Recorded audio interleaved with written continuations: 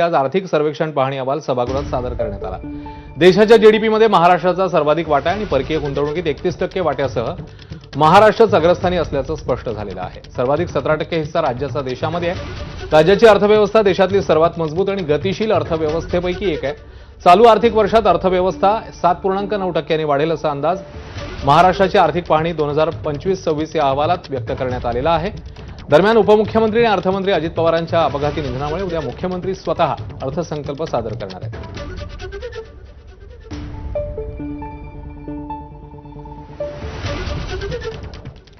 शेतकरी कर्जमाफीसाठी प्रवीण परदेशी यांच्या अध्यक्षतेखाली समिती स्थापन करण्यात आली आहे। एप्रिलच्या पहिल्या आठवड्यात अहवाल अपेक्षित आहे। यानंतर मुख्यमंत्री फडणवीस, उपमुख्यमंत्री शिंदे आणि उपमुख्यमंत्री सुनेत्रा पवार हे 30 जूनपूर्वी कर्जमाफीबाबत निर्णय जाहीर करतील अशी माहिती कृषी मंत्री दत्तात्रय भरणे यांनी विधान परिषदेमध्ये दिलेली आहे। दरम्यान पीक विमा, अतिवृष्टी मदत, मोफत वीज योजना, पानंद रस्ते या योजनांद्वारे शेतकऱ्यांना दिलासा देण्यात येत असल्याचंही कृषी मंत्र्यांनी म्हटलं।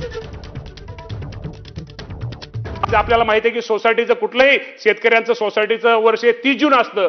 30 जून पूर्वी या राज्यातील माझ्या शेतकऱ्यांना कर्जमाफीच्या बाबतीमध्ये या राज्याचे मुख्यमंत्री आणि दोन्ही उपमुख्यमंत्री निर्णय घेतील, परंतु माझ्या शेतकऱ्यांना कर्जमाफी ही दिली जाईल हे मुख्यमंत्र्यांचं जे आश्वासन आहे निश्चित प्रकारे आपल्या सर्वांना सांगतो की 30 जून पूर्वी हे पूर्ण निश्चित प्रकारे केलं जाईल। चंद्रपूर आणि वादाचापूर हे समीकरण आता पुन्हा एकदा पाहायला मिळतंय। धानोरकर विरुद्ध वडेट्टीवार गटबाजीमुळे संख्याबळ असतानाही चंद्रपुरात काँग्रेसला सत्तेचा सोपान